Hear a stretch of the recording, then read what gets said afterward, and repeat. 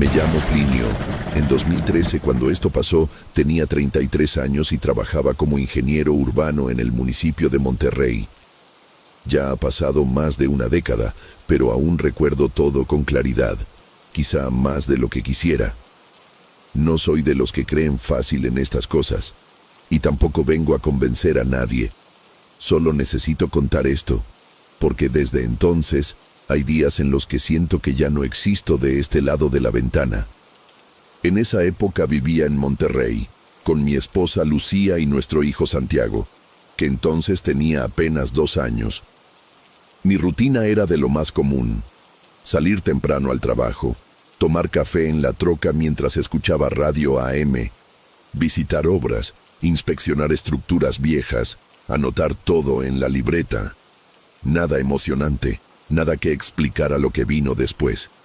Un lunes cualquiera, mi supervisor me pidió que fuera a Apodaca a hacer un levantamiento fotográfico de una antigua fábrica textil abandonada desde los años 90. El terreno estaba en evaluación para un proyecto de renovación urbana y necesitaban imágenes de la fachada, sobre todo de las ventanas superiores, que parecían estar en mal estado. Era una construcción de 3 pisos, con vidrios rotos, ladrillos expuestos y maleza hasta las rodillas. Fui después de comer, cuando el sol estaba más alto y la luz favorecía las fotos. Llegué como a las 2:30 de la tarde. La colonia alrededor estaba olvidada, con calles llenas de baches y un silencio raro. Se podía oír el crujido de las botellas de plástico que rodaban con el viento. Bajé de la troca con el celular en la mano.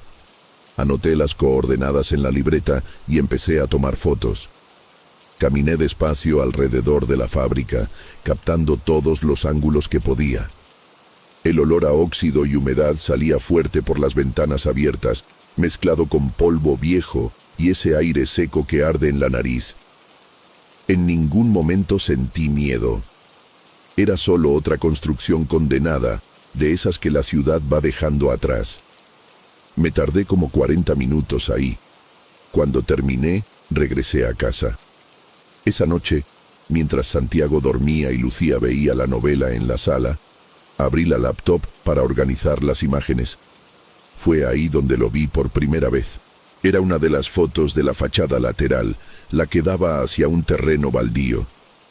En el segundo piso, justo al centro de una ventana rota, había algo. Amplié la imagen y me quedé congelado. Era un rostro, no totalmente definido, pero con contornos claros. Ojos hundidos, nariz recta, la boca entreabierta, como si respirara por ella. La piel parecía pálida, casi translúcida. Y lo más extraño era que no se veía cuerpo ni sombras alrededor, solo el rostro, quieto, observándome. En ese momento reaccioné de forma lógica. Pensé que quizá había alguien adentro, tal vez un indigente o algún curioso. La fábrica estaba abandonada, sí, pero no completamente cerrada. La entrada lateral tenía un portón de fierro chueco, fácil de empujar. Pero algo en ese rostro me incomodaba. Tenía una rigidez rara, como si no perteneciera del todo a ese entorno. Y la expresión no era de miedo ni de sorpresa. Era como si ya supiera que yo estaba ahí. Al día siguiente, con la excusa de que las fotos habían salido movidas, pedí volver a hacer el levantamiento.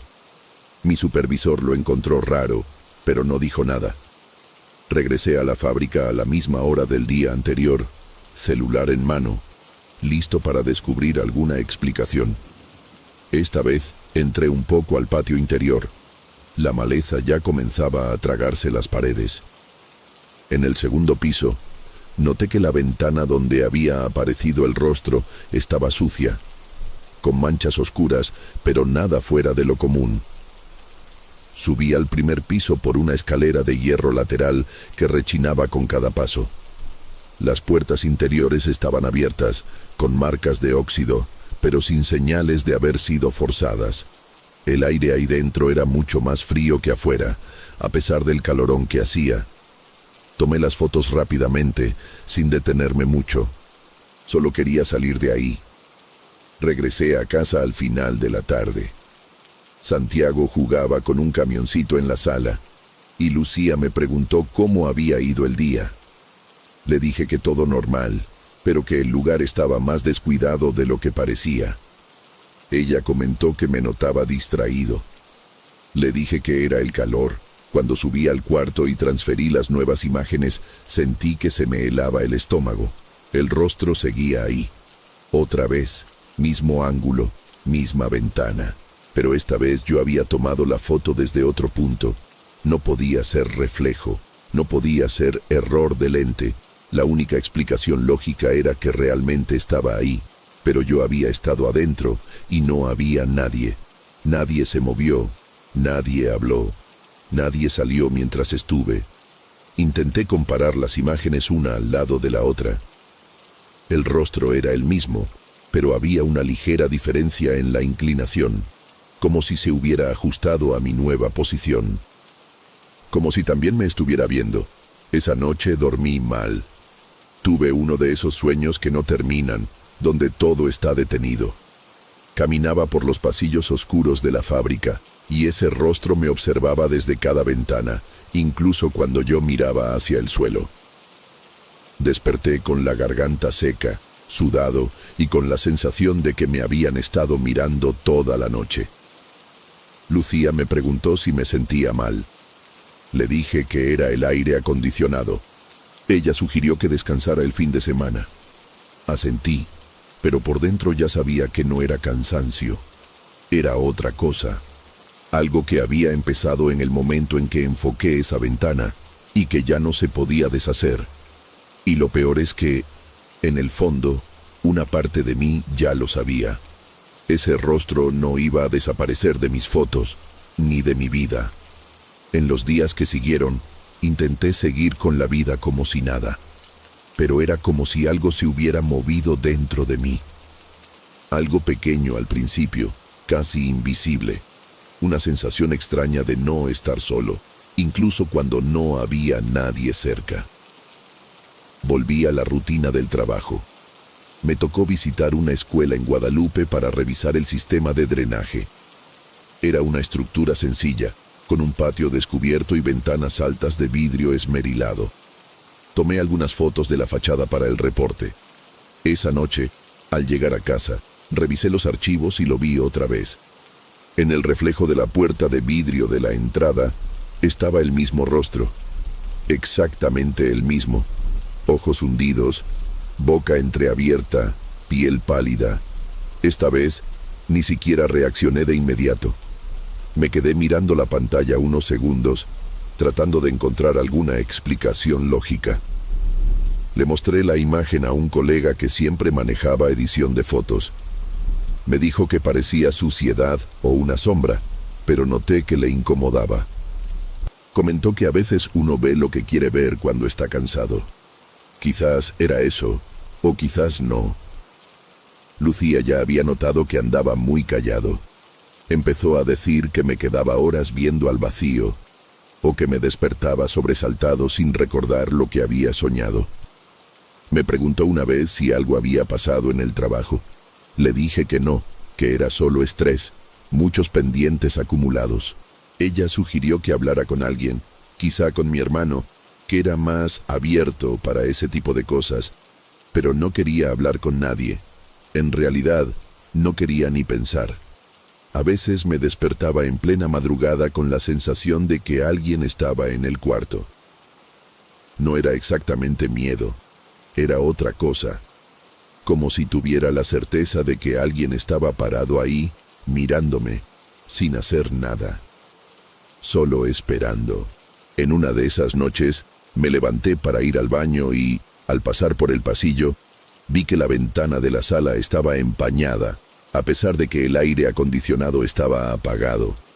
Me pareció raro, me acerqué, y por un instante juré ver una silueta del otro lado, como si alguien estuviera pegado al vidrio.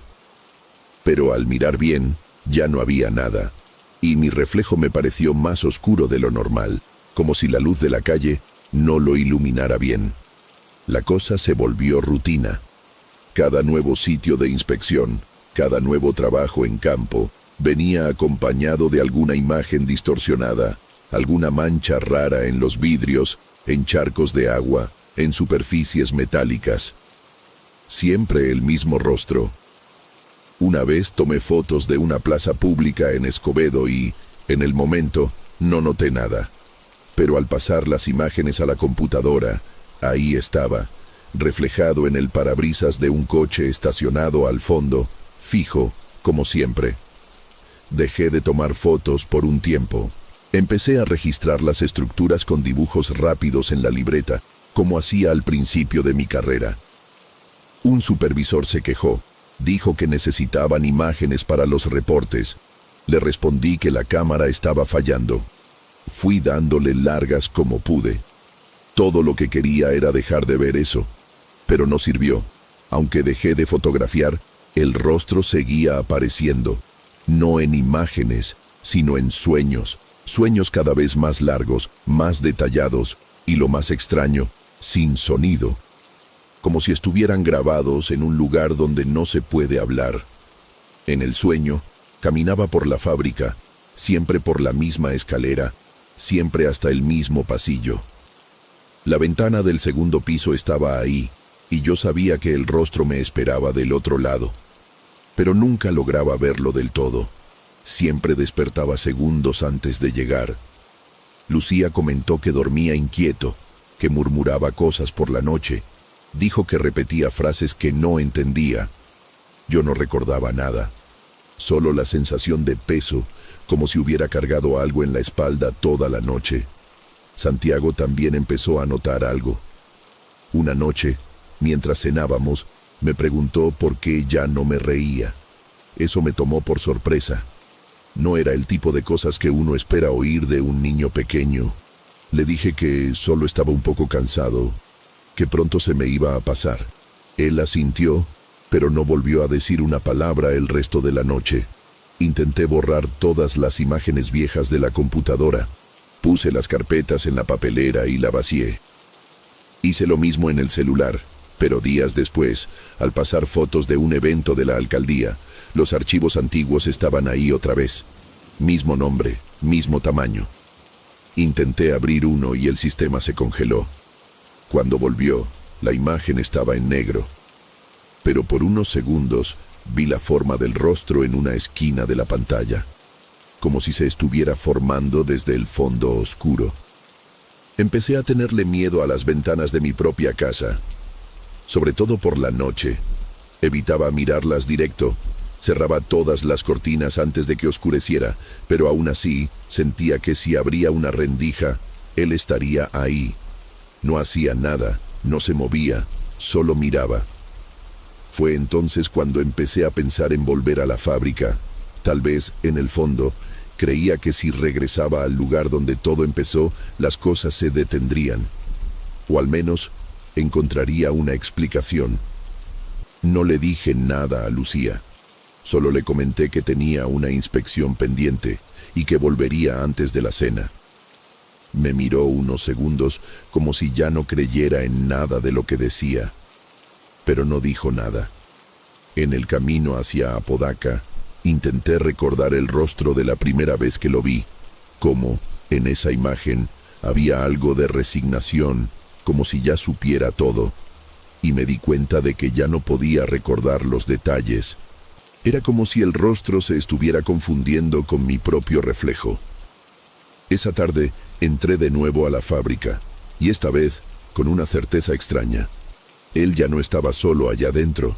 Volví a la fábrica solo, al final de esa tarde calurosa.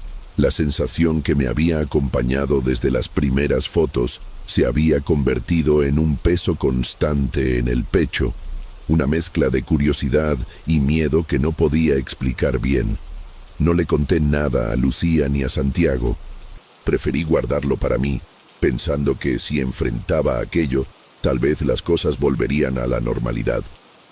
Llevé conmigo una vela, una pequeña imagen de San Judas Tadeo, algo que mi mamá me dio cuando era niño y que todavía guardo. Y, claro, la cámara fotográfica.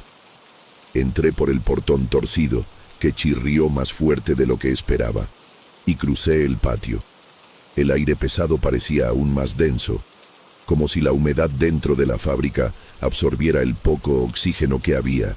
El silencio era absoluto, roto solo por mis pasos cansados sobre el piso de concreto agrietado. La luz tenue que entraba por las ventanas abiertas creaba sombras que parecían moverse en la periferia de mi vista. Mientras subía la escalera de hierro, sentí un escalofrío que recorría mi columna, una sensación extraña, como si algo pudiera suceder en cualquier momento. Cuando llegué al segundo piso, frente a la ventana donde aparecía ese rostro, algo llamó mi atención. El vidrio ya no estaba. Lo habían quitado, tal vez la alcaldía o algún intruso. Pero donde debería haber solo el vano de la ventana, encontré una mancha oscura, irregular, como si alguien hubiera pasado la mano mojada sobre la pared y dejado la marca de un rostro ahí, sobre la superficie. Me acerqué y toqué la pared, sintiendo la humedad fría bajo la yema de los dedos. La textura era diferente al resto, parecía una mancha antigua, casi un relieve. Mi corazón se aceleró y por un momento pensé que era mi imaginación.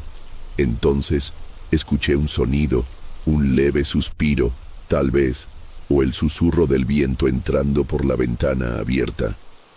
Me volteé despacio, mirando atrás, pero no había nada, solo la oscuridad vacía del pasillo. Traté de convencerme de que era el calor y el cansancio. Saqué la cámara y tomé algunas fotos. Cuando vi la pantalla, me quedé inmóvil. En la foto, no solo estaba la pared con la mancha, también había una silueta, casi translúcida, parada justo detrás de mí. No se podían ver detalles, pero tenía la misma forma de ese rostro pálido, con ojos hundidos que parecían perseguirme. Quedé paralizado un rato, tratando de entender lo que veía. El miedo me golpeó fuerte, mezclado con una extraña fascinación. Fue entonces cuando sentí un toque leve, como si alguien me hubiera rozado el hombro. Me volteé rápido, pero no había nada, solo el vacío. Caí de espaldas al suelo, sintiendo un dolor agudo en la cabeza y en el brazo.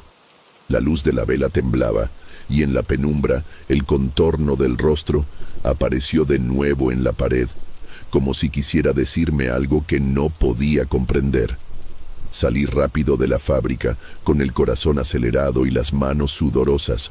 En el camino al coche, miré atrás y vi, por un instante que pareció eterno, una figura parada en la ventana del segundo piso.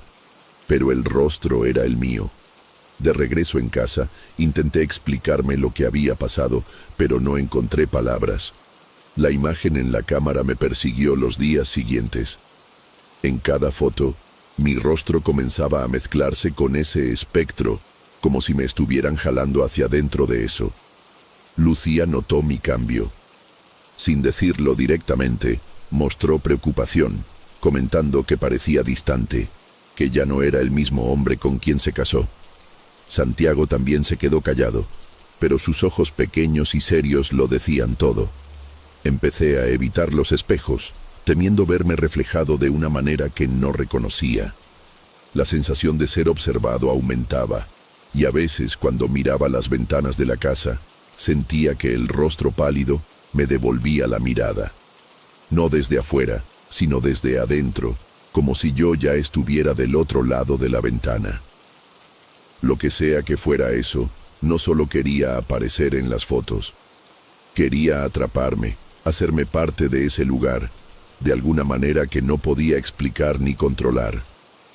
Después de aquella noche en la fábrica, todo cambió. La sensación de estar siendo observado me acompañaba a todas partes. En el trabajo, sentía los ojos del rostro en cada reflejo, en el vidrio del edificio, en la pantalla de la computadora, hasta en el brillo del reloj de checadas. En casa, era peor. Lucía decía que parecía demasiado cansado, que ya no sonreía como antes, que Santiago notaba mi ausencia aunque estuviera presente. Intenté convencerme de que todo era culpa del estrés, que mi mente me jugaba malas pasadas después de meses de mucho trabajo. Pero la verdad es que sabía que no era solo eso.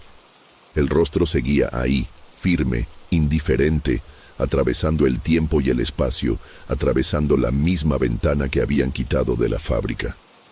Ya no sabía si era yo el que estaba cambiando, o si ese rostro ya formaba parte de mí. Empecé a tener lagunas, horas que desaparecían de mi memoria, momentos que no recordaba haber vivido. Lucía incluso mencionó que a veces hablaba solo, que me despertaba a medianoche y me quedaba viendo al vacío. Una noche desperté con la extraña sensación de estar dentro de un sueño. Vi la ventana de la fábrica frente a mí, vacía y oscura, pero con ese rostro inmóvil mirándome. Intenté apartar la mirada, pero no pude. Mi cuerpo parecía paralizado. La sensación era de estar atrapado, incapaz de huir. Al día siguiente, no tenía marcas físicas de eso, pero la angustia era real.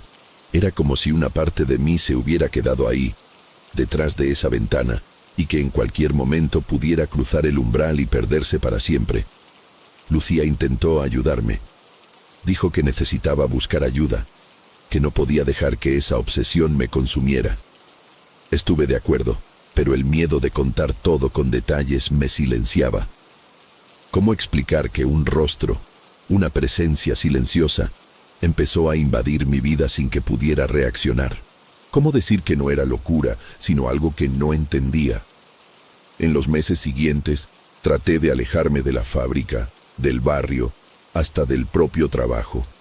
Pero el rostro seguía ahí. Aparecía en fotos que no tomaba, en sueños que no quería tener, en las ventanas de las casas por las que pasaba, hasta que, en una tarde de otoño, recibí una llamada de mi antiguo supervisor. Me contó que la alcaldía decidió demoler la fábrica porque el terreno sería usado para un parque público. Ese día fui al lugar. La construcción vieja ya estaba rodeada de vallas y maquinaria pesada. Me acerqué a la ventana que ya no existía, ahora solo un hueco en la pared desnuda. Miré fijamente, y por un instante juré ver el rostro mirándome desde el fondo del vacío.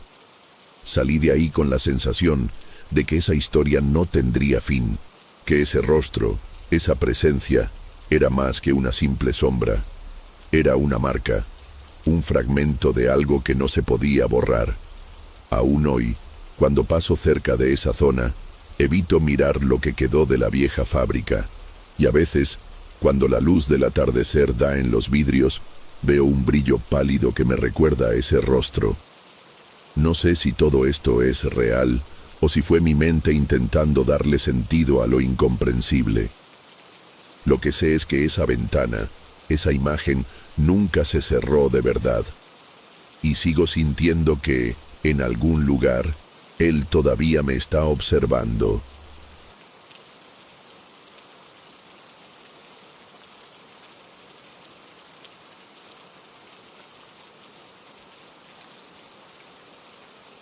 Me llamo Gabriel, tengo 28 años y vivo en San Jerónimo, aquí en Monterrey. Trabajo en la construcción y mi rutina es sencilla. Me levanto temprano, agarro mi moto y cruzo el puente atirantado todos los días para llegar al trabajo. Siempre me había parecido bonito ese puente, sobre todo cuando amanece y el cielo se pinta de naranja y rosa. Pero esa noche, todo se sintió diferente. Era un martes cualquiera, después de un turno pesado. Acababa de salir del trabajo y estaba cansado, pero con la cabeza llena de pensamientos sobre Mariana y mi hijo pequeño, que me esperaban en casa. El puente no estaba muy concurrido, tal vez por la hora. La iluminación se veía más débil de lo normal.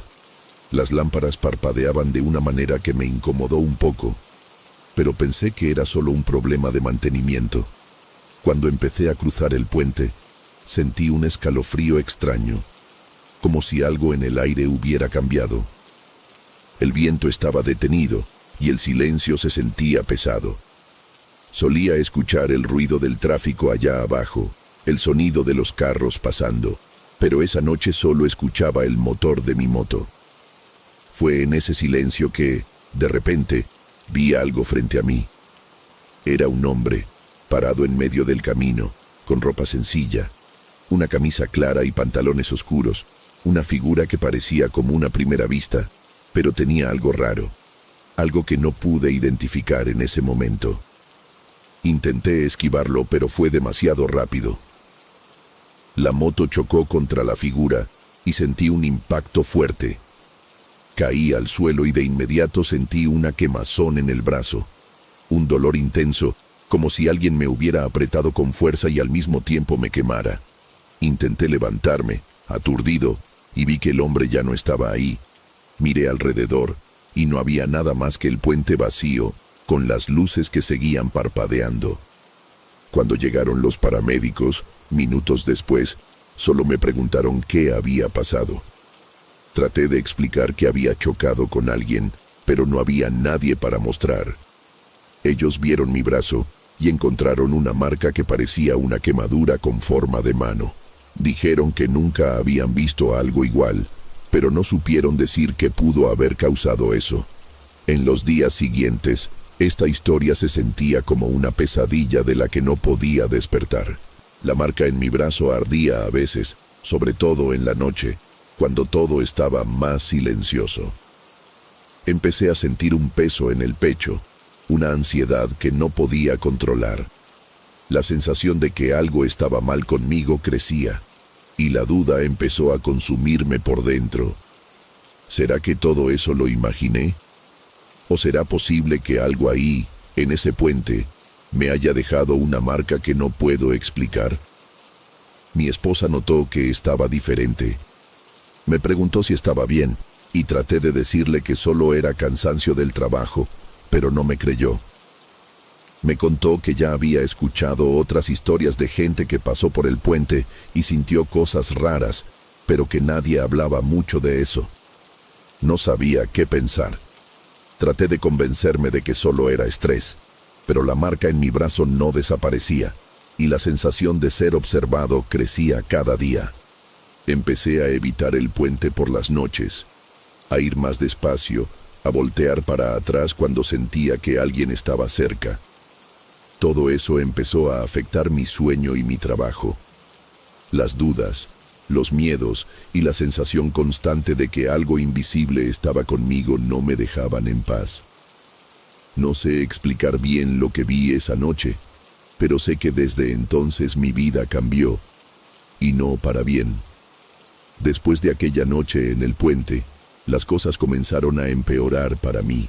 La marca en mi brazo, esa quemadura con forma de mano, no solo seguía ahí, sino que a veces ardía más fuerte, especialmente cuando estaba solo o cuando el silencio llenaba la casa. Era un dolor extraño, que iba y venía, pero que me dejaba inquieto. Lo que más me perturbaba, sin embargo, era la sensación constante de que no estaba solo. Una presencia invisible, una sombra que parecía seguirme a donde fuera.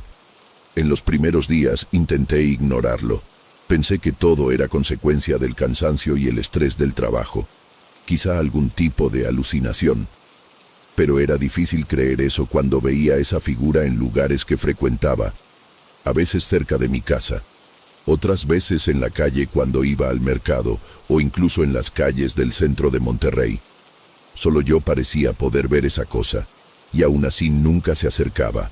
Solo me observaba desde lejos, inmóvil, en silencio. Mariana notó que me estaba cerrando cada vez más, y un día me dijo que estaba preocupada, que creía que necesitaba ayuda. No fui yo quien lo sugirió, pero ella insistió en que buscara un médico, quizá un psicólogo. Al principio me resistí, pero terminé cediendo. Al fin y al cabo, mi cabeza no paraba de pensar en lo que estaba pasando, y mi vida se estaba desmoronando. No podía dormir bien, y cuando lo lograba, las pesadillas me atormentaban, siempre con esa figura sombría, sin rostro definido, mirándome, con esa mano marcada en mi brazo, quemándose como si fuera fuego. En la consulta médica me hicieron varios exámenes y no encontraron nada raro. El psicólogo trató de ayudarme, pero no pude explicar bien lo que sentía, porque para ellos parecía un problema interno, algo relacionado con el estrés, la ansiedad. No servía decir que había chocado con algo que nadie vio, o que sentía que me observaban, porque pronto me miraban con una mezcla de lástima y duda. Con el paso de los días, el miedo empezó a infiltrarse en cada aspecto de mi vida. No tenía valor para cruzar el puente de noche y hasta durante el día evitaba pasar por ahí. La figura parecía multiplicarse en mi mente, como si estuviera siempre a mi lado, escondida en las sombras de los callejones y en las ventanas de las casas. La ansiedad me dejaba inquieto y mi esposa me dijo que ya no era el mismo, que me encerraba cada vez más en mí mismo. Sentía que algo que no entendía me cazaba y eso me consumía por dentro. Llegué a pensar que podría ser alguna maldición, algo ligado a ese extraño choque en el puente. Pero ninguna explicación tenía sentido y nadie podía ayudarme. Solo yo veía esa cosa, solo yo sentía la marca que nunca desaparecía y no sabía cuánto más podría soportar eso. Después de tantas noches sin dormir y sentir esa presencia asfixiándome, decidí que tenía que enfrentar el miedo. No podía seguir viviendo así, siempre mirando hacia atrás, evitando el puente y alejándome de mis propios amigos y familia. Llamé a un amigo cercano para que me acompañara hasta el puente atirantado en una noche donde la niebla estaba baja y el aire pesado. Cuando llegamos, la iluminación del puente parecía aún más débil y un silencio extraño dominaba el lugar. Mi amigo notó que yo estaba tenso, sudando frío, pero no podía ver nada más que el puente vacío. Yo, en cambio, sentí de inmediato la presencia de la figura, inmóvil y sombría, allí en medio del camino. Mi mano ardía con el dolor de esa marca que no desaparecía. Intenté acercarme, intentar comunicarme con ella de alguna forma, pero la figura no respondió. Se quedaba parada, como si estuviera esperando algo, o a alguien. Mi amigo preguntó si estaba bien, pero solo pude decir que necesitaba entender lo que estaba pasando. La niebla comenzó a cerrarse a nuestro alrededor y un olor extraño, metálico y ahogado, invadió el aire. Sentía un peso en el pecho que me oprimía, una energía negativa que parecía querer arrastrarme hacia abajo. De repente, la figura desapareció, como si se hubiera disuelto en la niebla. Me quedé allí, temblando, con el dolor en la mano aumentando, como si la quemadura estuviera viva y me recordara lo que había pasado en ese puente. Mi amigo intentó calmarme, diciendo que quizá mi mente me estaba jugando una mala pasada, pero yo sabía que no era así. Después de esa noche, las pesadillas empeoraron. Soñaba que estaba atrapado en el puente, rodeado por esa niebla fría y por la figura silenciosa que me miraba sin parpadear. Me despertaba sudando frío, con la marca de la mano ardiendo en el brazo y el corazón acelerado. Mi cuerpo empezó a sentir los efectos del miedo constante. El cansancio era permanente y hasta cosas simples, como ir al mercado, se convirtieron en una batalla. Mi esposa me dijo que estaba preocupada por mi estado, que veía la ansiedad apoderándose de mí y que tal vez era hora de buscar algo más allá de los médicos y psicólogos. No sabía a qué se refería, pero sentí que, en el fondo, ella creía que eso no era solo miedo o estrés. Ya no podía negar. Esa figura estaba ligada a mí, a esa marca, y parecía no tener intención de dejarme en paz tan pronto. Cada día que pasaba, sentía cómo el terror crecía, dominándome, alejándome de la vida que conocía. Después de todo lo que viví, no puedo decir que entendí bien lo que me pasó en ese puente, ni qué quería realmente esa figura. Busqué médicos, psicólogos, hasta un sacerdote, pero nadie pudo darme una respuesta clara. La marca en mi brazo sigue ahí, visible, irreversible, y la sensación de ser observado nunca desapareció por completo. Mi esposa intentó ayudarme como pudo, siempre preocupada por mi estado, pero aún con su apoyo, empecé a alejarme de las personas que quería. Tuve que tomar una licencia del trabajo porque el miedo y la ansiedad comenzaron a afectar todo. Ya no podía concentrarme ni dormir bien.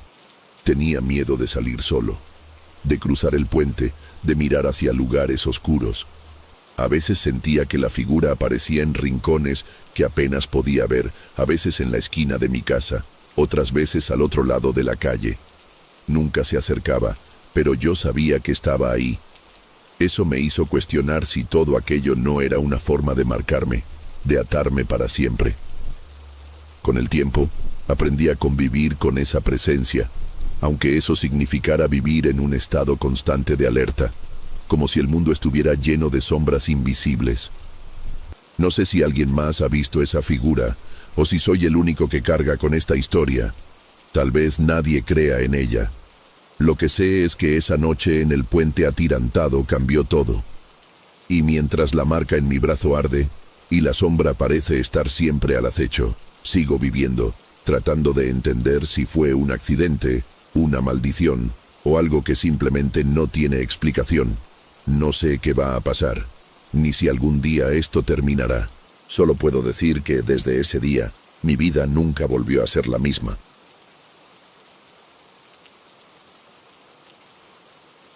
Buenas noches, comunidad. Me llamo Samuel y soy vigilante nocturno aquí en la Macroplaza, en Monterrey. Tengo 26 años, estoy casado con Natalia y hasta ahora no tenemos hijos. Llevo casi 2 años en este turno y aunque la rutina parece sencilla, hay cosas que ni el tiempo logra acostumbrarme a entender. Todos los días, cuando empieza mi turno, me preparo para recorrer los alrededores del centro cultural, donde están esos espejos enormes que reflejan la plaza y lo que hay alrededor. La Macroplaza, para quien no la conoce, es el corazón de la ciudad. Un lugar lleno de historia, con edificios que mezclan lo moderno y lo antiguo, un punto de encuentro que queda casi vacío cuando cae la noche. La iluminación ahí es fría, medio apagada, y solo el sonido del viento, de las hojas y de mis propios pasos rompe el silencio. Desde que empecé a trabajar, he escuchado historias antiguas sobre el lugar, principalmente que, antes de ser esta gran plaza, ahí había un cementerio indígena. Mi abuelo mismo me contó que los indígenas de antes fueron enterrados ahí, y que algunos no descansaron en paz. Al principio, eso sonaba como una historia para asustar a los nuevos. Pero con el tiempo, empecé a fijarme en cosas que antes ignoraba. La primera vez que noté algo extraño fue en la 3ª semana de trabajo. Hacía mi ronda cerca del centro cultural cuando, al mirar uno de los espejos, vi una figura que no debería estar ahí. Era un niño, pequeño, con ropa sencilla y el rostro medio borroso, como si estuviera y no estuviera al mismo tiempo. Cuando miré de nuevo, la figura desapareció rápido, como un reflejo que se esfuma. Pensé que era mi imaginación, el cansancio hablando más fuerte. Pero eso no paró. En las semanas siguientes, noté que esas imágenes aparecían siempre, principalmente niños pequeños, a veces solo sombras rápidas, otras veces figuras más nítidas. Nunca se quedaban quietos mucho tiempo y desaparecían cuando alguien intentaba mirarlos directamente. Empecé a sentir incomodidad, una sensación extraña que no sabía explicar. Era como si algo quisiera mostrarse, pero no quisiera ser visto por completo. Mi día a día seguía igual. Al llegar a casa, Natalia siempre se preocupaba por cuánto tiempo pasó en el trabajo de noche, especialmente porque la Macroplaza queda medio sola y no es un lugar totalmente seguro. Ella decía que debía cuidarme, que no tenía que exponerme tanto. Yo trataba de tranquilizarla, explicando que era solo rutina, que ya estaba acostumbrado, pero en el fondo sabía que esa sensación de inquietud que sentía no era cosa de mi cabeza.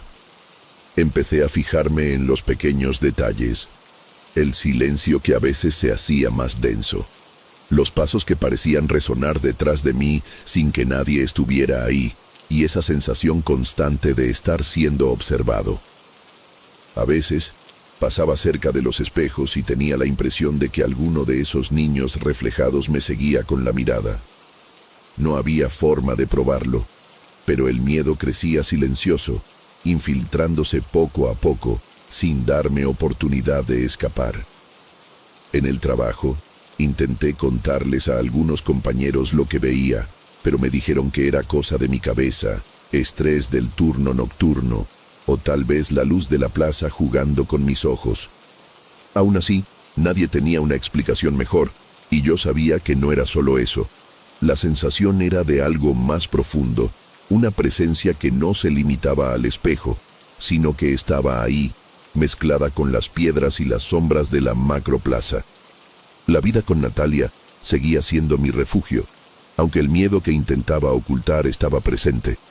Ella se dio cuenta de que estaba diferente, más callado e inquieto, y me dijo que debía tratar de no pensar tanto en el trabajo, que la mente puede jugarnos malas pasadas. Pero esa noche, la primera vez que vi a ese niño en el espejo, fue el inicio de un tormento que nunca me ha dejado en paz. Desde entonces, ya no sé si lo que veo es real o solo ecos de un pasado que insiste en volver. Después de aquella primera vez, las cosas comenzaron a volverse cada vez más difíciles de explicar para mí mismo. Las imágenes en las superficies de los espejos ya no eran breves ni lejanas. Empezaron a ser frecuentes, casi constantes, como si las figuras, casi siempre niños, quisieran, de alguna manera, comunicarse o simplemente ser vistas. Notaba que los reflejos aparecían en momentos en que estaba más cansado o cuando la plaza estaba más vacía de lo normal. En algunas noches, parecía que las sombras de los niños se movían con más nitidez, como si siguieran mis pasos. Esa sensación de ser observado se volvió insoportable. Al principio, trataba de convencerme de que era cosa de mi mente cansada, producto de la soledad y la oscuridad del turno. Comencé a escuchar susurros bajos, casi inaudibles, que venían de algún lugar entre las paredes y los espejos. El sonido nunca era claro, pero siempre parecía cargado de tristeza y urgencia. Una de esas noches, mientras hacía la ronda, sentí una risita corta, como la de un niño, muy cerca de mi oído. Parecía un sonido tan normal, pero en esa situación congeló mi cuerpo. Por más que volteara, no había nadie. Empecé a tener dificultad para dormir. Los sueños eran pesadillas relacionadas con el centro cultural y esos niños en los espejos. Muchas veces me veía tratando de alcanzarlos, pero desaparecían entre nieblas, dejándome atrapado en una sensación de impotencia y miedo que nunca había sentido antes. Natalia notó que estaba raro, más cansado y tenso. Me comentó que parecía que llevaba un peso invisible, pero no quería preocuparla demasiado. Con el paso de las semanas, me di cuenta de que esas manifestaciones no eran exclusivas de los espejos. En algunas ocasiones, cuando estaba cerca de las bancas de la plaza, sentía una presencia muy fuerte, como si alguien estuviera ahí, parado, observándome en la oscuridad. No había sonido, solo esa sensación sofocante que se pegaba a la piel. Una noche, mientras descansaba cerca de un árbol, escuché pasos lentos y pesados, pero cuando volteé no había nada ni nadie. En el trabajo, hablé sobre esto con algunos vigilantes más viejos que ya patrullaban el lugar desde hace años. Me contaron historias que no había escuchado antes, sobre el antiguo cementerio indígena y sobre espíritus que nunca se fueron de ahí. Dijeron que muchas personas ya habían sentido presencias extrañas alrededor de la macroplaza, pero que nadie hablaba mucho para no asustar a los visitantes. Eso me movió por dentro, porque sentí que no era solo mi mente cansada, que algo realmente estaba ahí, más allá de lo que los ojos podían ver. A pesar del miedo que crecía, intentaba mantener la calma y la rutina. Me esforzaba por no mirar directamente a los espejos, pero era casi imposible. porque forman parte de mi recorrido y del paisaje alrededor. A veces, cuando pasaba cerca de ellos, sentía el pecho apretarse, el aire volverse pesado y el corazón latir más rápido. Sabía que esas figuras seguían ahí, vigilándome, esperando algo. En casa, Natalia intentó hacerme olvidar, diciéndome que necesitaba descansar más, que eso podía ser solo estrés. Pero la ansiedad me dominó y el miedo se instaló silenciosamente, consumiendo mi paz. Aún así, no quería dejar el trabajo, porque era lo que me sostenía y le daba sentido a mis días. La soledad de la noche en la macroplaza me hacía pensar en todo lo que hubo antes ahí, en las personas que vivieron y murieron en ese terreno. Me sorprendía imaginando si esos niños en los espejos eran realmente niños, o si eran fragmentos de un pasado que se negaba a desaparecer. Sabía que estaba jugando con algo que no entendía y que quizás no podía controlar. Poco a poco, empecé a evitar los lugares más cercanos a los espejos, pero no podía escapar completamente. Esa sensación de ser observado no me soltaba, y el miedo se volvió un peso invisible que cargaba en cada paso que daba durante mi turno. Era como si el antiguo cementerio indígena siguiera ahí, invisible pero presente, y que los niños reflejados fueran los únicos que aún no se habían ido. En el silencio de la noche, esa presencia se volvía una compañía perturbadora, un recordatorio de que algunos lugares guardan memorias que nunca se borran, y que ciertas historias nunca terminan, incluso cuando el mundo a su alrededor cambia. Aquella noche en particular, el peso de lo que había estado sintiendo se acumuló hasta casi asfixiarme. El cansancio en el cuerpo era grande, pero lo que realmente me paralizaba era el miedo a algo que no podía explicar. Mientras hacía mi ronda, al acercarme a uno de los grandes espejos del centro cultural, sucedió algo diferente, algo que nunca había visto antes. Esta vez, la figura que apareció en el reflejo no desapareció. Era un niño, pequeño, con ropa que parecía de otra época, una especie de túnica sencilla, con detalles que solo había visto en fotos antiguas sobre los pueblos indígenas que vivieron en esta tierra. Su rostro estaba tan claro que parecía casi real, los ojos fijos en mí, inmóviles, sin parpadear ni desviar la mirada. Eso me congeló.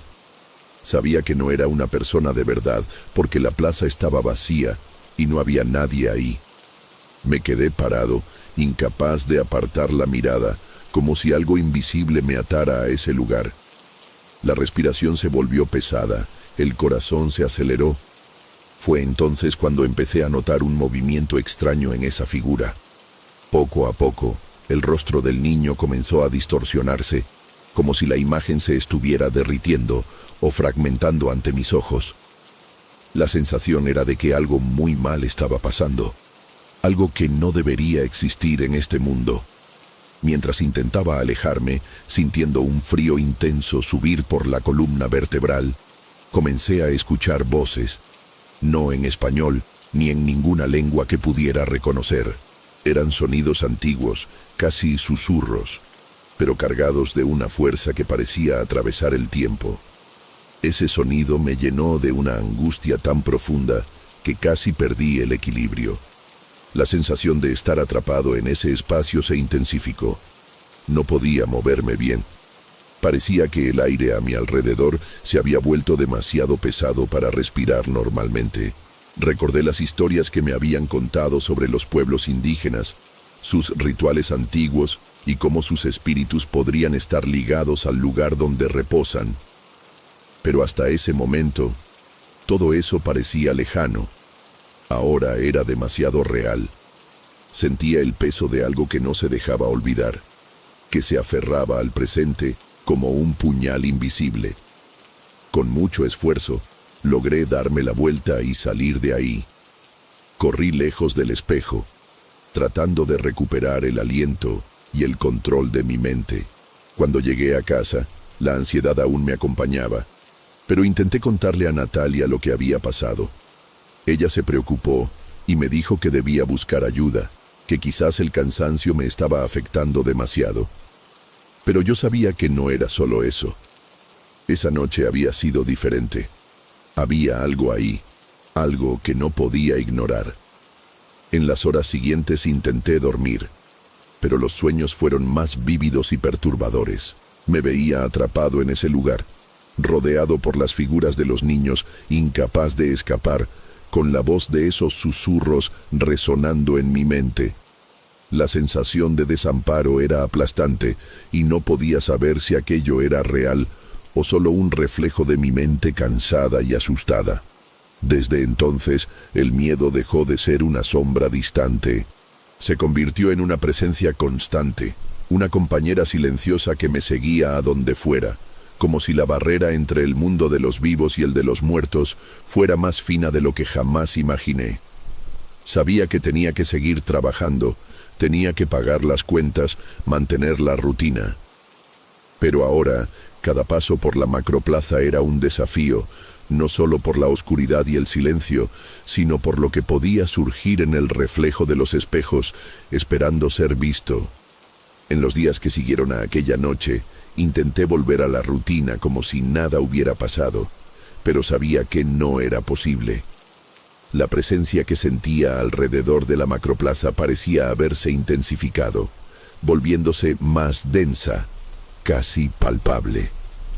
Las apariciones en los espejos continuaban, a veces solo sombras, otras veces rostros que permanecían más tiempo en el reflejo, como si estuvieran observando y esperando algo. No ocurría solo en el trabajo. En casa empecé a notar pequeñas señales, objetos que parecían cambiar de lugar, un escalofrío repentino sin razón, el silencio que a veces se volvía demasiado pesado. Natalia notó que estaba más distante, tenso, y me comentó que escuchó ruidos extraños cuando estaba sola en el departamento. Ella no pudo explicar bien qué era, solo sintió miedo y me dijo que debía cuidarme. Investigué más sobre el antiguo cementerio indígena que existía ahí, y encontré relatos de otras personas que también tuvieron experiencias extrañas en la zona de la macroplaza. Pero nada oficial, nada que pudiera probar lo que yo veía. Todo quedaba en el ámbito de las historias, las creencias, lo inexplicable. Y eso solo aumentaba el peso en mi pecho. La sensación de ser observado me acompañaba todo el tiempo. Incluso cuando estaba lejos, el miedo y la inquietud no me abandonaban. La duda consumía mi mente. ¿Estaría volviéndome loco? ¿Serían esas figuras reales o solo producto del cansancio acumulado, la soledad y el estrés? La línea entre realidad e imaginación parecía cada vez más débil. Una noche, solo en el departamento, miré el espejo del pasillo, un espejo común, sencillo, y por un instante tuve la nítida impresión de ver una sombra parada detrás de mí. Me volteé rápido, pero no había nada. La piel se me puso fría y el corazón me latía con fuerza. En ese momento comprendí que quizás lo que fuera eso no estaba confinado a la macroplaza, sino que me había seguido hasta casa. Desde entonces, ya no sé qué pensar. La presencia no desapareció ni las imágenes en los espejos. Siento que algo invisible me observa, un peso silencioso que no me deja en paz. Intento seguir con mi vida, dividir mi tiempo entre el trabajo y Natalia, pero el miedo se ha vuelto parte de mí. No sé si esas figuras son realmente espíritus, ecos de un pasado que insiste en existir, o si todo es solo mi mente jugando trucos, pero sé que nunca volveré a mirar un espejo de la misma manera. Y si me preguntan, sigo sin respuestas. Solo sé que, a veces, cuando cae la noche y estoy solo, veo en el reflejo algo que no debería estar ahí.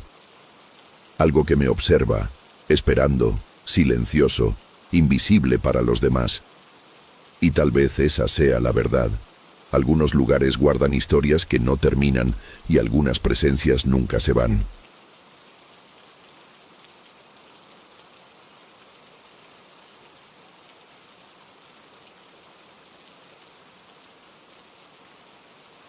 Me llamo Juan, y siempre me ha gustado hacer ejercicio, sobre todo correr.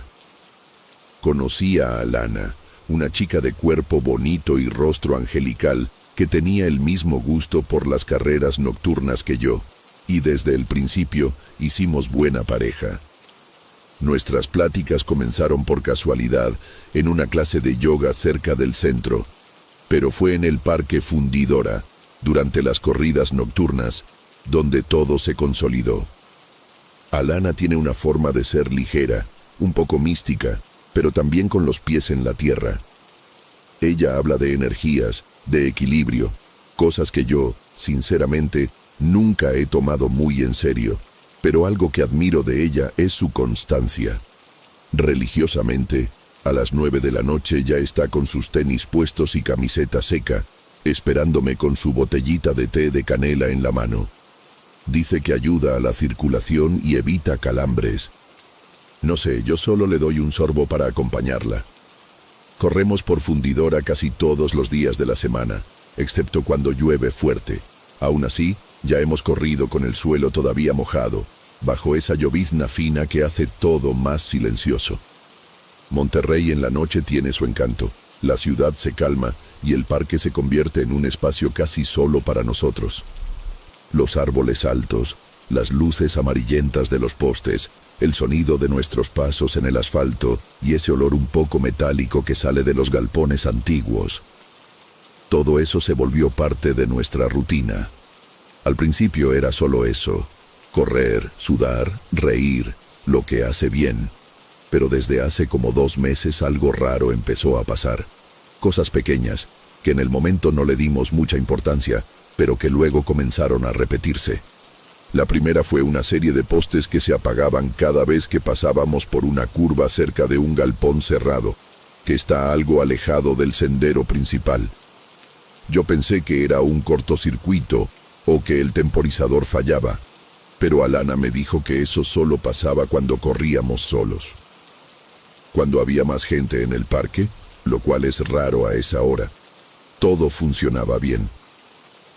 Hubo una noche en especial que marcó el inicio de las molestias reales. Corríamos como siempre, un jueves.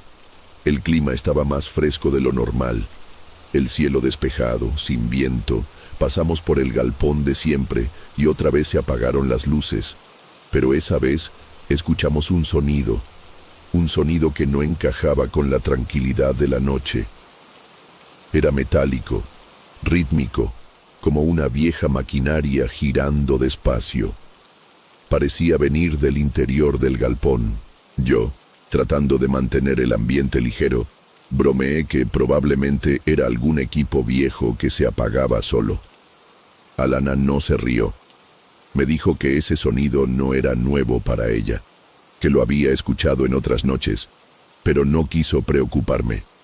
Me dijo que mejor no mencionarlo. Eso se me quedó en la cabeza. Empecé a prestar más atención al entorno durante las corridas. Noté que el sonido no pasaba todas las noches, sino cuando el parque estaba más vacío. Cuanta menos gente, más cosas parecían fuera de lugar. Un poste apagado, un zumbido, un leve ruido metálico, casi como si el parque respirara por sí solo. Comencé a darme cuenta que Alana miraba hacia los galpones con más frecuencia. A veces, incluso en medio de la carrera, disminuía el paso, como si escuchara algo diferente a mí. Yo preguntaba si estaba bien y ella me decía que sí, que era solo impresión, pero se notaba que algo la molestaba. La semana siguiente me contó que tuvo un sueño extraño. Dijo que soñó con hombres vestidos de uniforme azul oscuro, sucios de grasa, parados, mirándola. Dijo que no tenían ojos, con los rostros borrosos, como si hubieran respirado mucho humo. Pregunté de dónde sacaba esas imágenes y solo respondió que quizá era la mente cansada. Aún así, volvimos a correr al día siguiente. Era nuestro hábito, difícil de dejar, y en el fondo yo quería creer que todo era normal. Quizá quería tanto que fuera así, que empecé a fingir que era solo eso. Pero las cosas continuaron.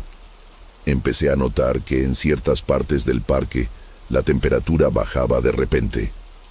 Eso pasaba cerca de algunas estructuras metálicas desactivadas, especialmente en un tramo junto a unas vías de tren antiguas.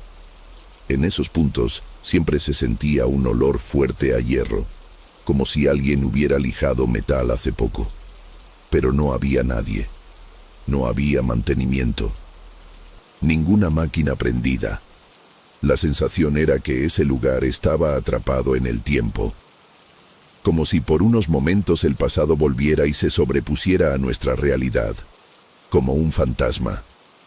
Y empecé a estar más alerta. Miraba a los lados más veces.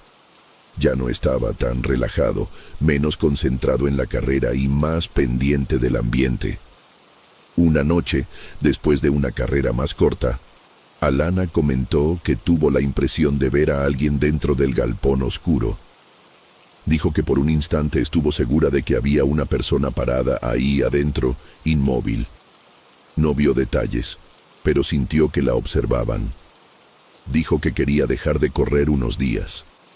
Estuve de acuerdo, aunque pensé que estaba cansada y que eran solo pesadillas. Pero confieso que yo tampoco corría tranquilo. El parque, que antes era nuestro refugio, se había convertido en una escena de tensión silenciosa. Y hasta en casa me encontraba recordando el sonido metálico, las vías frías, la curva que se apagaba sola. Algo allí estaba diferente, y si no era real, al menos nos estaba afectando de una forma que ya no podíamos ignorar. Lo más extraño es que, aunque teníamos miedo, sentía ganas de regresar. Como si el parque nos llamara. Como si hubiera algo que necesitábamos descubrir. Y yo, que siempre me consideré alguien lógico, ya no sabía si era paranoia o si realmente había algo viviendo ahí, entre las estructuras vacías y el silencio de la noche. Después de esas primeras señales extrañas, la rutina en el parque fundidora comenzó a hacerse más pesada para nosotros. Veía el peso en el rostro de Alana, esa mezcla de curiosidad y miedo que no la dejaba dormir bien. Yo tampoco lograba desconectar la mente cuando estábamos ahí. La sensación de que algo estaba fuera de lugar crecía con cada paso.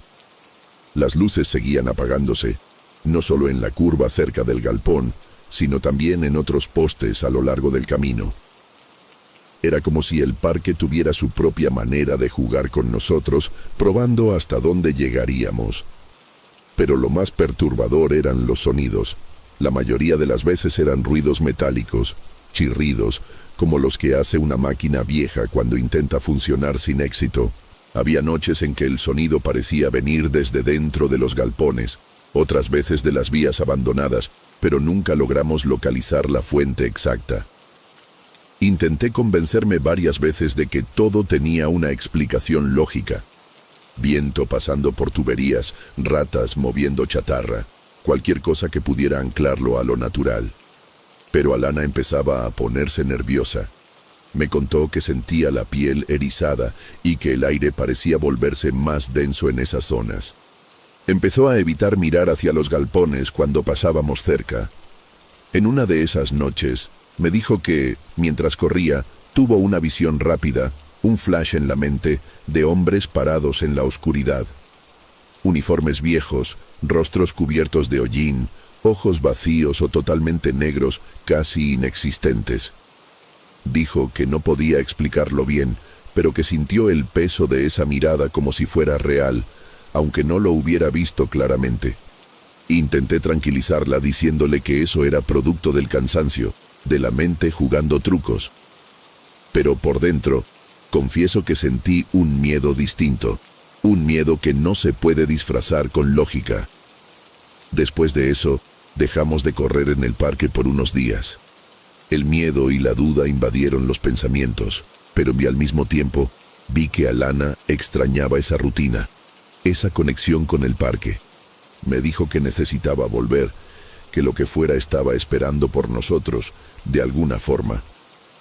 Cuando regresamos, la sensación se volvió aún más pesada.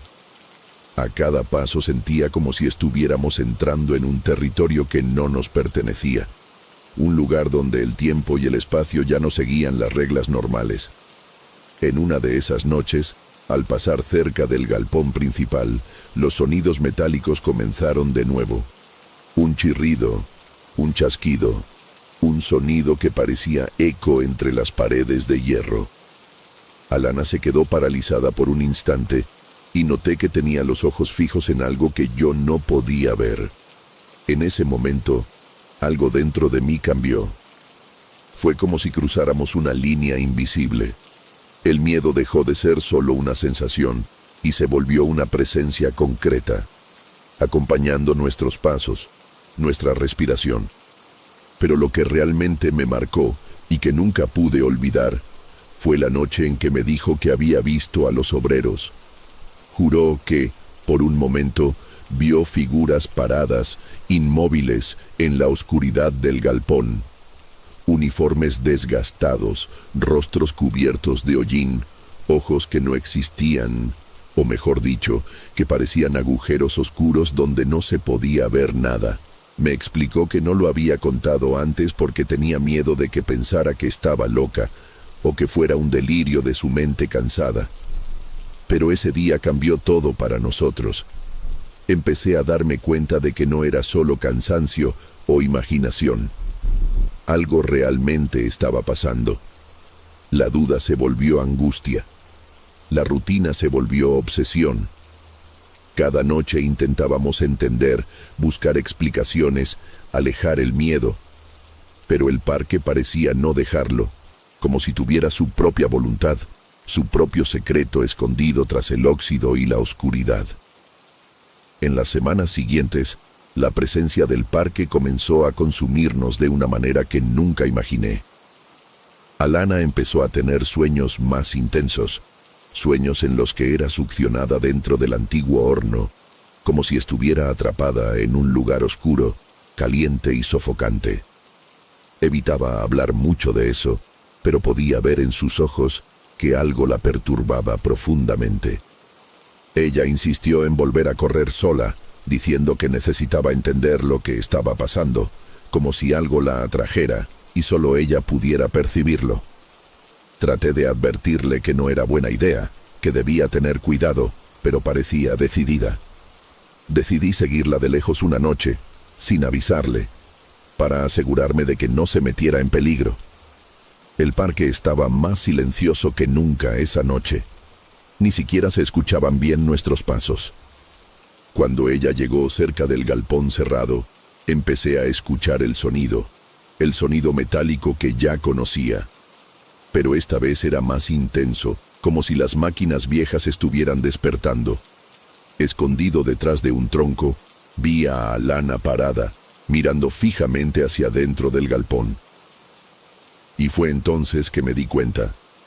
En medio de la oscuridad, había 3 figuras, inmóviles, con uniformes sucios y viejos.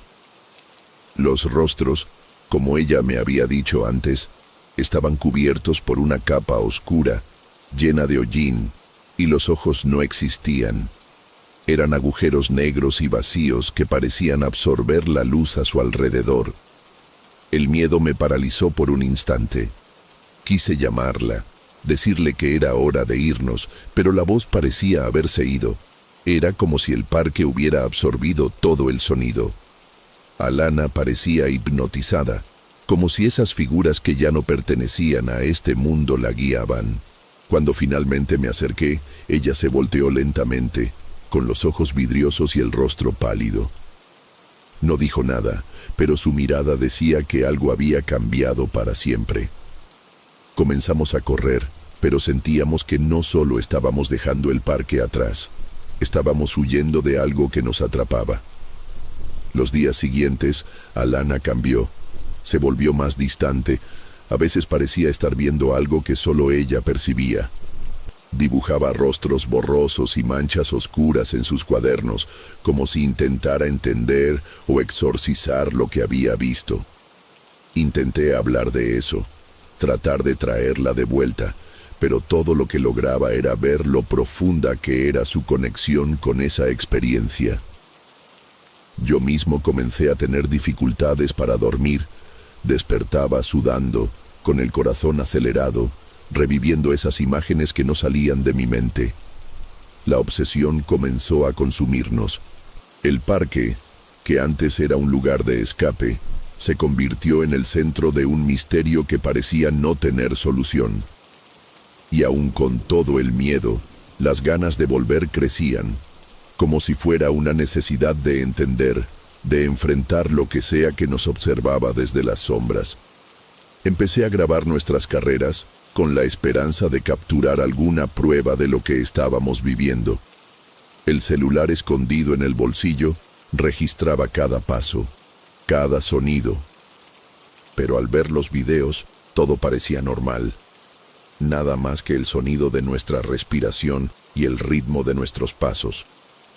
Nada de lo que yo sentía o veía. Y comencé a preguntarme si no sería solo un fantasma de mi mente cansada. Pero había algo en el silencio del parque, algo que me decía que el misterio estaba lejos de terminar. Después de aquella última noche, algo en mí cambió para siempre.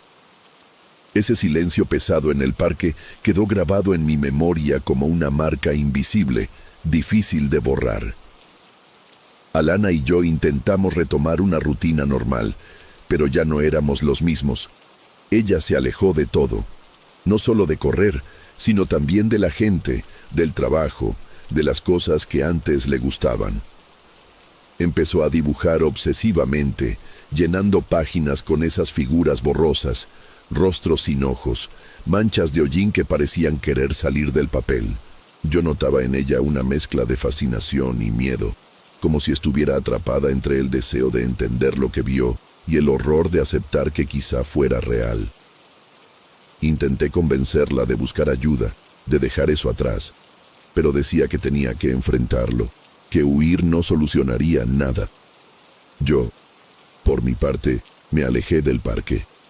La idea de volver me causaba un nudo en el pecho, un pavor que no sabía controlar, pero aún así, había una parte de mí que quería entender, que quería confrontar lo que fuera que estuviera ahí.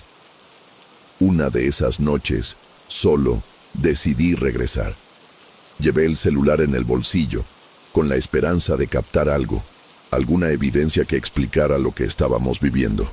El parque estaba desierto, solo el sonido de mis pasos rompía el silencio. Cuando llegué cerca del antiguo galpón, las luces empezaron a fallar una por una, hasta que solo quedó una tenue iluminación amarillenta. Fue entonces cuando escuché un silbido, no un silbido común, sino ese sonido antiguo, como el de una fábrica anunciando el cambio de turno. Mi corazón se aceleró. Sabía que no había nadie más ahí, que no debía haber razón para eso. Seguí el sonido, sintiendo el aire volverse más frío, más denso. Las sombras comenzaron a alargarse, y juré ver varias siluetas emergiendo de la oscuridad. Personas vestidas con uniformes desgastados, rostros cubiertos de hollín negro, inmóviles, solo observándome. Corrí sin saber a dónde, pero algo me hizo detenerme frente al horno antiguo. Fue ahí que la vi, Alana, con el rostro sereno, casi como si estuviera en paz, saludándome con la mano. Un saludo que parecía más una invitación a quedarme, a entender que ese lugar era más que solo un parque, era un umbral entre el pasado y el presente, entre lo vivido y lo olvidado. Volví a casa con el cuerpo temblando, la mente en caos. Al revisar el video que grabé, no había nada más que mis pasos y mi respiración agitada. Ninguna señal de las figuras, ningún silbido, ninguna sombra. Solo el silencio grabado, pesado y vacío. Desde entonces, la duda me consume. ¿Qué fue real? ¿Qué fue producto de mi mente cansada? Si algo existe ahí, parece jugar con nosotros, apareciendo solo para quien quiere ver, escondiéndose de quien busca pruebas. Alana se fue poco tiempo después y nunca quiso volver a hablar conmigo. Sentí que me culpaba por aquello, aunque no tenía sentido. Lo que sé es que nunca regresó al parque. Y yo, aquí, sigo corriendo, sigo volviendo a ese lugar, no porque quiera, sino porque algo allá me llama, algo que quizá nunca me dejará irme. Y así dejo mi relato, sin respuestas claras, solo con esta inquietud que no me abandona.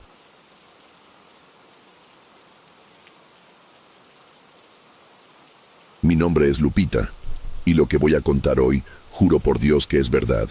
Y sucedió en 2014. Ese año, finalmente logré mudarme a una casa propia, en la colonia Mitras, aquí en Monterrey. Trabajaba como funcionaria pública en la alcaldía, con horarios fijos y una rutina que pocos considerarían monótona. Pero para mí era cómoda, levantarme temprano, preparar mi café de olla, salir al trabajo y, al final del día, regresar a mi rinconcito, que empezaba a llamar hogar.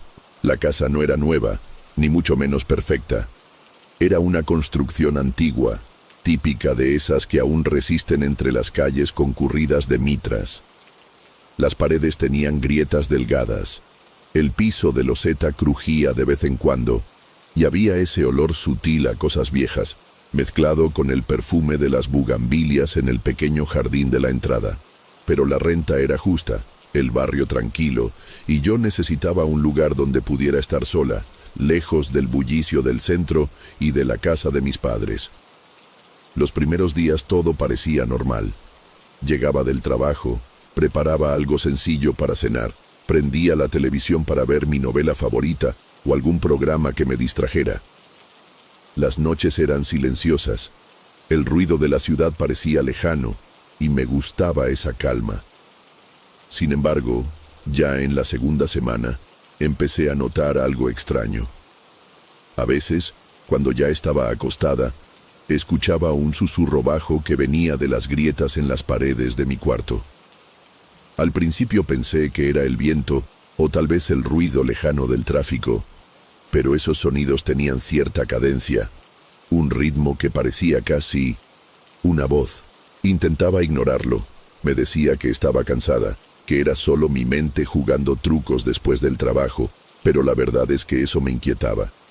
No era un ruido común, no era solo la casa acomodándose.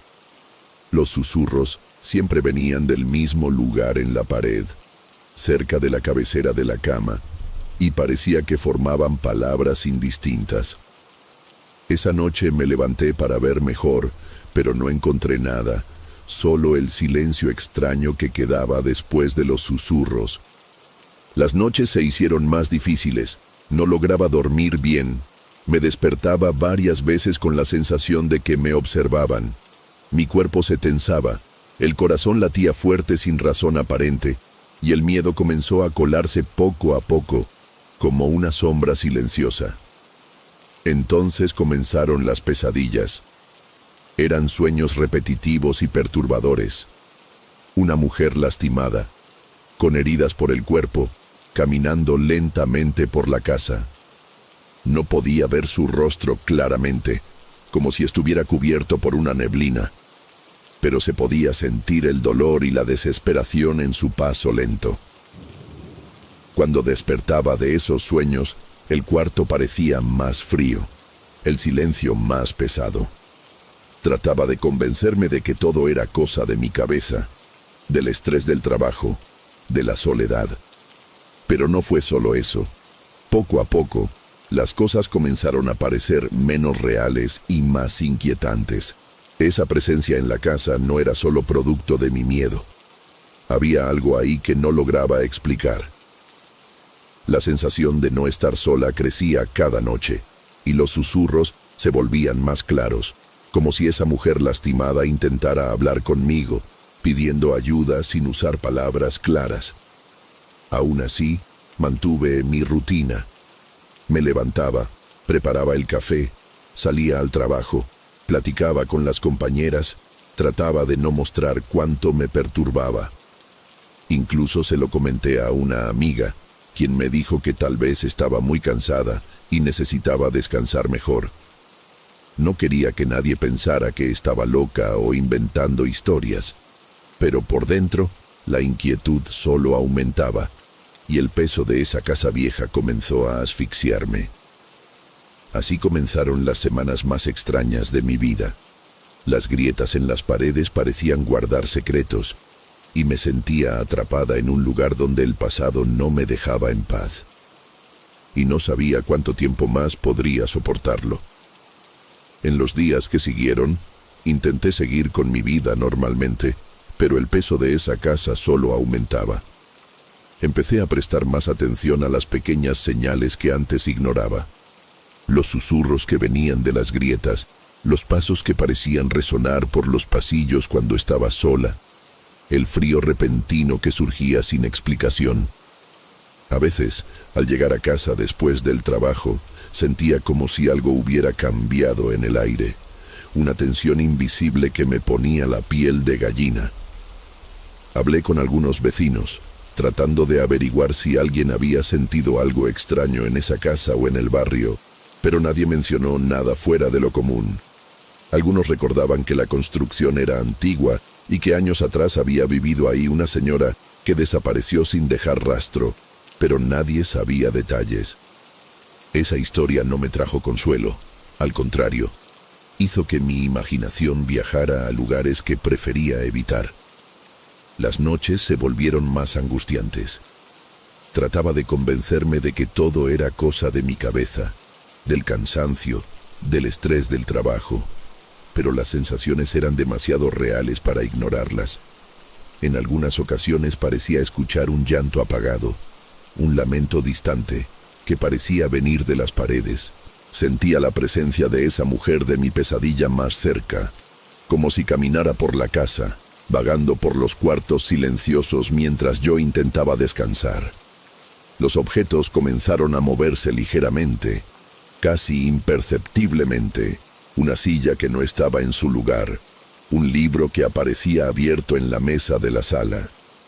Cosas pequeñas, pero que me afectaban porque sabía que no las había movido. Mi cuerpo reaccionaba con tensión constante. Mis ojos se fijaban en las sombras esperando que algo apareciera. El miedo no era un grito fuerte o un susto repentino. Era una ansiedad silenciosa, una opresión que no me dejaba en paz. Intentaba mantener la racionalidad. Buscaba distracciones y ocupaba mi tiempo para no pensar demasiado, pero la soledad de la casa aumentaba mi incomodidad. Llegué a pedirle a una amiga que viniera a pasar la noche conmigo, pero ella se dio cuenta de que algo no estaba bien solo por la forma en que hablaba, y luego prefirió no volver. Yo misma no podía explicar bien lo que sentía. Solo sabía que esa presencia lastimada no quería hacerme daño, pero tampoco quería que me quedara ahí. Fue entonces cuando me di cuenta de que esa mujer parecía intentar comunicarse. Los susurros se volvieron más claros, frases desconectadas que parecían pedir ayuda, palabras como «no me dejes» o «aquí estoy», pero nada concreto. Me sentía dividida entre el miedo y la compasión, como si estuviera lidiando con un alma perdida que necesitaba algo que no podía entender. Quedarme en la casa se convirtió en una prueba constante entre mi deseo de vivir ahí y la sensación de estar atrapada en algo que no controlaba. La ansiedad fue apoderándose de mi vida. Empecé a evitar quedarme sola en casa, a dormir con las luces encendidas, a cerrar todas las puertas aunque sabía que nadie podía entrar. La rutina que antes era tan tranquila se volvió un ciclo de miedo silencioso, y aún así, no podía dejar ese lugar porque sentía que necesitaba entender lo que esa mujer quería, porque estaba ahí, en la casa que había llamado hogar. La sensación de que algo estaba muy mal en ese lugar me consumía. Sabía que necesitaba ayuda, pero el miedo al juicio y a la incredulidad me detenía. Y mientras las noches se hacían cada vez más largas, me preguntaba cuántas veces podría soportar esa presencia invisible que me acompañaba. Esa noche en especial, decidí que no iba a dormir hasta intentar entender de una vez por todas lo que estaba pasando. Era como si una mezcla de miedo y necesidad me empujara a enfrentar la presencia que me había estado acosando durante semanas. Me senté en la cama, mirando la pared con las grietas, tratando de escuchar los susurros que tanto me quitaban el sueño. El silencio dominaba el cuarto por un tiempo, hasta que poco a poco esos sonidos tenues comenzaron a formar palabras. No eran frases completas, sino fragmentos desconectados que logré identificar con esfuerzo. Pedidos de ayuda, súplicas como «no me dejes», «aquí estoy», «dolor». Mi corazón se aceleraba y un frío profundo subía por mi espalda, mezclando miedo con una tristeza que parecía pesar en el aire. Intenté mantener la calma, diciéndome a mí misma que eso era alguna manifestación ligada al pasado de esa casa, una historia antigua que desconocía, y que tal vez esa mujer estaba atrapada en un recuerdo o en un espíritu que no podía descansar. La sensación era demasiado fuerte para ignorarla. Sentía que no era solo un eco de voces, sino una presencia real, casi palpable, que caminaba lentamente por los cuartos. De repente, en una fracción de segundo, esa silueta apareció ante mis ojos. La imagen que tanto veía en mis pesadillas. Una mujer delgada, lastimada, con el cuerpo marcado por heridas y el rostro casi imposible de distinguir. Envuelta en una neblina que parecía absorber la luz del cuarto, se movía con lentitud dolorosa, vagando por el espacio como si buscara algo o alguien. El aire se volvió helado, y una sensación aplastante de tristeza y desesperación llenó mi pecho. No podía apartar la mirada, a pesar del miedo que me hacía querer salir corriendo. La mujer parecía al mismo tiempo implorar ayuda y mostrar una soledad profunda, un sufrimiento que no cabía en palabras. Después de ese momento, todo volvió al silencio, como si nada hubiera pasado, pero sabía que algo dentro de mí había cambiado para siempre. Desde entonces, la presencia ya no era solo una sombra en mi imaginación. Era una realidad difícil de aceptar, algo que sentía a mi alrededor incluso cuando no podía verla. Empecé a despertarme en medio de la noche con la sensación de que alguien caminaba en el pasillo, que pasos lentos y pesados resonaban por la casa. La tensión me hacía encogerme en la almohada, y el miedo ya no era un simple miedo, era una mezcla de compasión y terror, un nudo en la garganta que me impedía descansar. Pero a pesar de todo, una parte de mí quería entender qué necesitaba esa mujer, por qué estaba ahí, y cómo podría ayudarla, si es que eso era posible.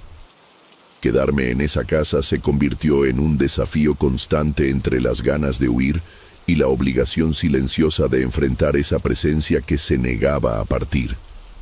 Y en ese momento supe que lo que fuera esa mujer, su sufrimiento aún estaba lejos de terminar. Y, de alguna manera, ahora yo formaba parte de eso. Después de semanas viviendo esa tensión constante, decidí contarle a mi familia y a algunas amigas lo que estaba pasando en la casa. Expliqué, con pocas palabras y mucha cautela, las sensaciones, los susurros, las pesadillas y la presencia que parecía acompañarme. Las respuestas que recibí fueron de incredulidad o preocupación, y algunas me dijeron que debería buscar ayuda médica, que tal vez era estrés o ansiedad. Sentí que no me entendían, pero entendí que para ellas eso sonaba demasiado extraño para ser verdad. A pesar de eso, la casa seguía reteniéndome. Antes de irme, empecé a escribir todo lo que había vivido, como una forma de ordenar mi mente y tal vez encontrar algún sentido a aquello. Cada palabra era un intento de exorcizar ese miedo que me consumía, pero también de dejar un registro de la experiencia para que, si algo me pasaba, alguien pudiera entender lo que viví allí. En los días previos a mi mudanza, los susurros no cesaron y la sensación de la presencia siguió siendo fuerte. Aún sentía el escalofrío al pasar cerca de las grietas, el peso invisible en el cuarto, como si esa mujer todavía estuviera ahí, observando, esperando. A veces tenía la impresión de que algo intentaba comunicarse, pero las palabras nunca quedaban claras. Cuando finalmente dejé la casa, sentí un alivio inmediato, pero también una extraña nostalgia. como si, a pesar de todo, esa presencia fuera parte de mi historia, de lo que viví y de lo que me transformó. En los meses siguientes, aunque lejos de allí, notaba que cuando mi pensamiento vagaba hacia esa casa, los susurros venían a mi mente, tenues y distantes, como un recuerdo que se niega a desaparecer.